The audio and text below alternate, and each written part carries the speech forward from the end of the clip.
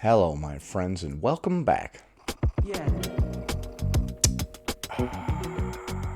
Today, we're going to be taking a look at a clip of a fat activist saying healthy eating and weight loss are both classist. We're also going to be taking a look at a bonus clip of somebody getting upset with a high-end fashion brand for being fat-phobic, so be sure to stick around until the end. Also, please be sure to check out a video I released over the weekend on my second channel about the woman with the world's biggest cheeks. Here's a link. Please be sure to follow me on Twitter, Instagram, Facebook. There are links to all of those below. I have such a weak amount of Instagram followers. For the love of God, please go follow me over there. Before we proceed, please click the like button so that I may apply comb to mustache.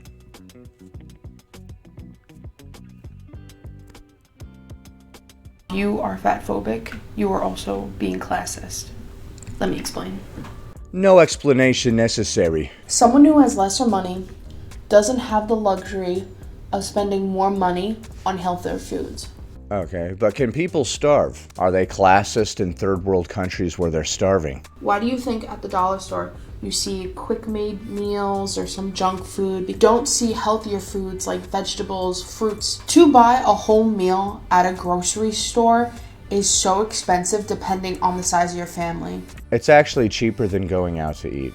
We hear fat activists try to make this argument all the time. I actually recently made a video where I went to the Dollar General to try to dispel this whole food desert myth. Since there are over 20,000 Dollar General locations in the United States, you will often find them in places that are considered a food desert. And while some locations do not have fresh fruit and veg, they do have canned goods, a protein source, and carbohydrate sources. So you can construct fairly healthy meals from stuff that you find at the Dollar General. This whole argument is a lie. Even if it's just for yourself anyway. That's why it's so much easier for people to go to fast food places because... You sure this isn't just an excuse to eat fast food? Because last time I checked, it's actually way more expensive than going and making the food yourself. Most fast food joints nowadays have dollar menus, and you can feed your entire family for about $10. No, you cannot. What are you on about? And none of that is real food, so what does it matter? Like I've said before, one bite of real food is worth more than 10 bites of nonsense fast food. So you've made the choice. Your priorities are somewhere else, so you get the results that you get. Versus when you're going to go to a grocery store and depending on the size of your family, you're going to be spending average, just for yourself and maybe another person, $30 to $40 for just one meal. Even if that were the case, the alternative is to eat cheaper food that makes us obese and is bad for us. So... And some people argue this and say, well, people can go work out. Like, yeah, you can eat crappy foods, but you can go work out. Alright, now tell us how that's too expensive.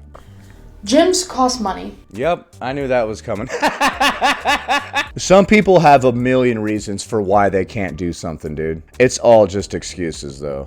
If we really want to exercise, we can go for a walk for free or do other free exercise options. That's extra income that's coming out of that person's pocket, and some people do not have that money to spend. Okay, so battle a deadly disease then, I guess. The choice is yours, man. And some other people say, well, they can go walking around their block or go running. Not everyone lives in the same area that you do. Dude, you have a problem for every solution. Oh my God. If you make up 10 excuses for why you can't accomplish something before you even tried it, of course you're not going to accomplish it. It's that can't-do attitude that puts you where you are today and keeps you there. Not in the same neighborhood. Some people, it's too dangerous to go outside and go... Dude, come on. Are those some people you? Every time one of these fat activists start making all these excuses, it's hilarious because none of the excuses apply to them. They're always like, some people live in a food desert, as they're walking through New York City, and you're like, you don't though, so... Or running around your block. When they're... Right.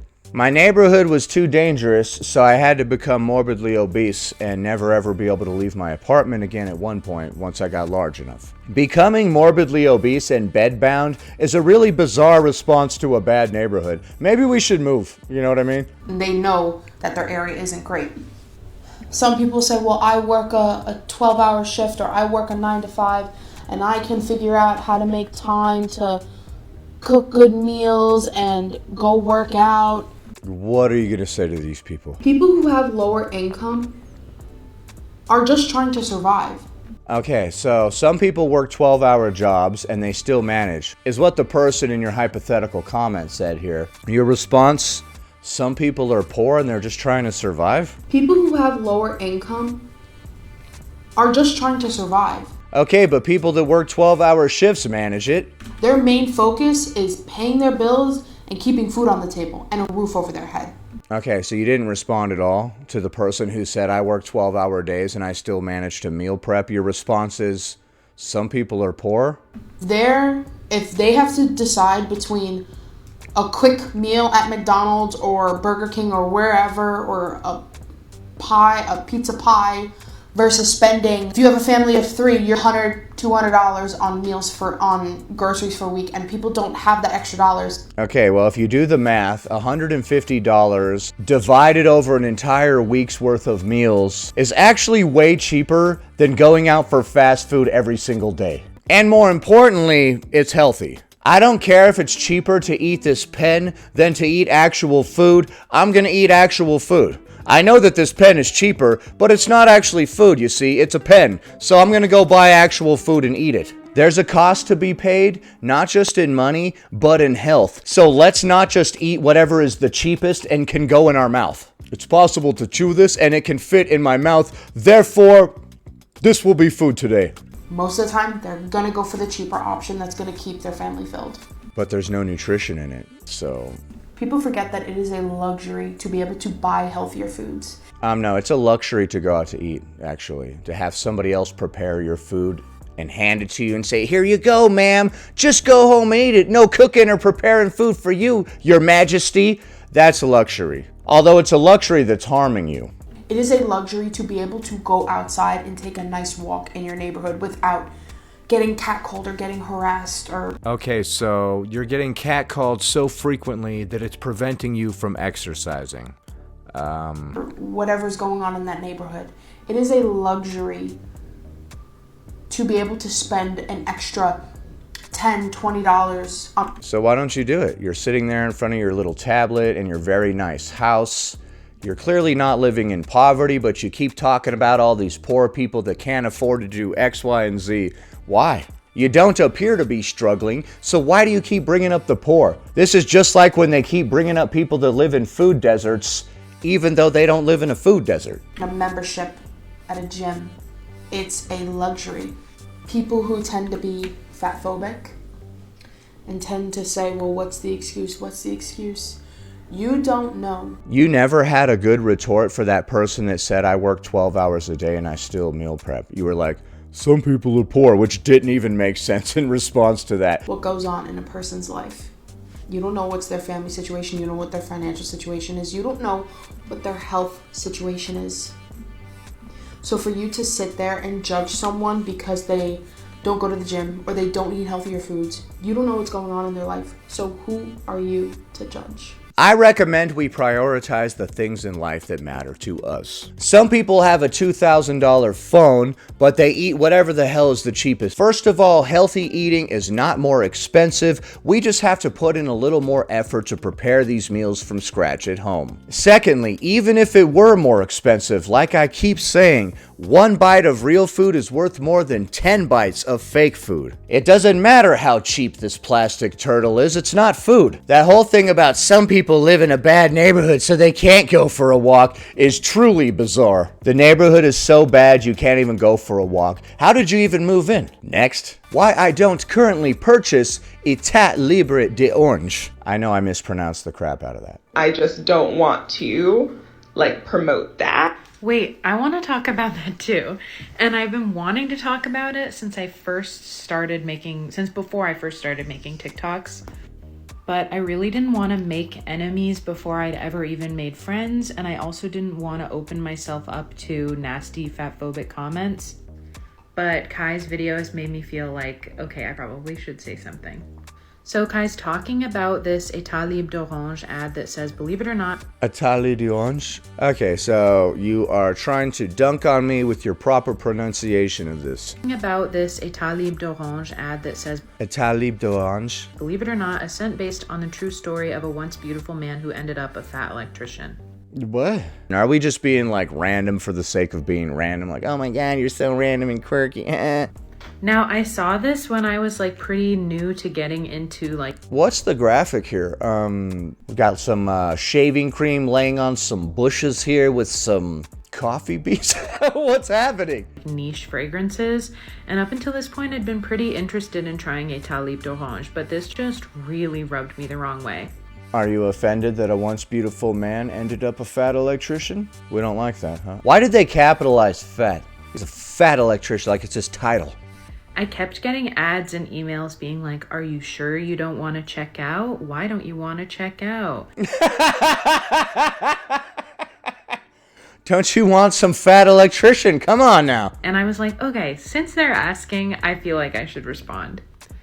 Oh boy, here we go. You can pause this to read it if you want. Hi Amanda, I'm really interested in several of your fragrances, but this ad was really off-putting for me. The implication is that fat electrician and beautiful are mutually exclusive. This is fat-phobic and classist, and it's really put a bad taste in my mouth with regards to your whole brand. If this ad was changed to not be fat-phobic, I would buy several of your scents in a heartbeat. Why not inspired by a beautiful man who also happened to be a fat electrician? I really hope you'll pass this along. Elise. But I basically just pointed out, like, this ad is fat-phobic and classist. Obviously, the implication is that ending up a fat electrician is a bad thing. Well, nobody wants to be a fat electrician, dude. I mean, to be fat in general is fine, it's whatever, but I don't want to be a fat electrician specifically. That fat and beautiful are mutually exclusive.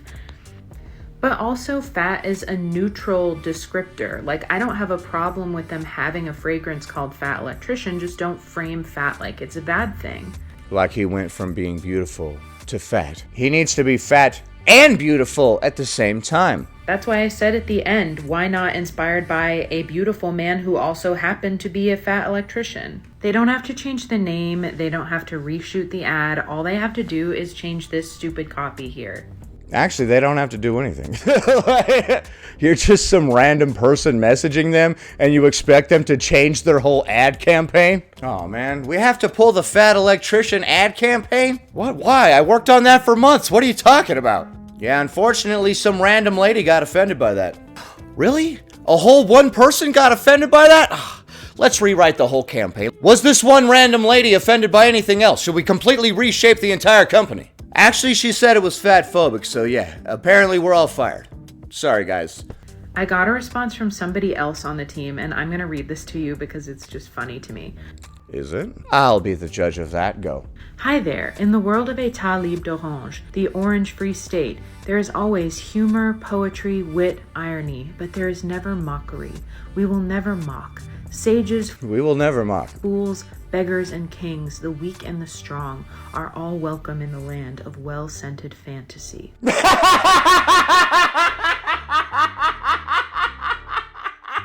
I love that non-response. That was a big middle finger. Sages, fools, beggars, and kings, the weak and the strong, all are welcome in the land of well-scented fantasy. What? What the hell kind of response is that? That was a big old middle finger right to your face right there. That's what that was. We will never mock. Okay, she seems unamused. But I AI wrote that response. didn't ask about beggars and kings and sages and fools. I asked about fat people, which are like a real demographic that want to know if you hate them or not. Your letter was really bizarre to begin with, so I guess this bizarre response is fitting, right? I felt like this was just such a non-response and like not acknowledging anything that I said. I did respond one more time just to be like, it is a mockery though. Like, it is a clear mockery. You can pause this to... Okay.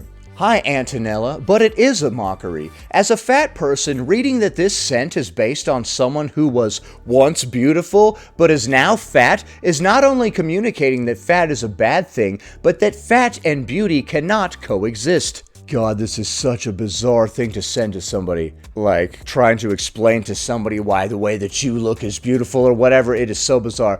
This is alienating and hurtful to your fat customers. Just check the comments under any of these ads if you don't believe me. A simple, "I'm sorry, we will revise it" would have sufficed. I'm disappointed that you're not open to constructive criticism that would broaden your customer base and make me proud to support you. Alright, I'm guessing they didn't respond to this one. Read it if you want.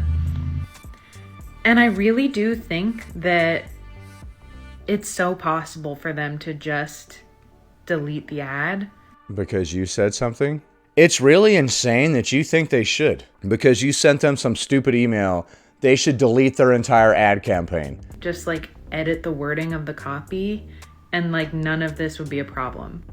I have heard though that they have a history of really problematic marketing, so I'm not sure that that's all it would take to get me to support them again. I don't think they care, right? But I would love to see a genuine apology and removing that copy from the ad. But at this point, I just don't know how genuine apology would be coming from them, so I really steer clear of this brand. And frankly, I haven't really liked anything I've tried from them that much. Okay, so I love that brand's response to that. She was like, this is problematic because of X, Y, and Z. And they're like, mockery. Oh no.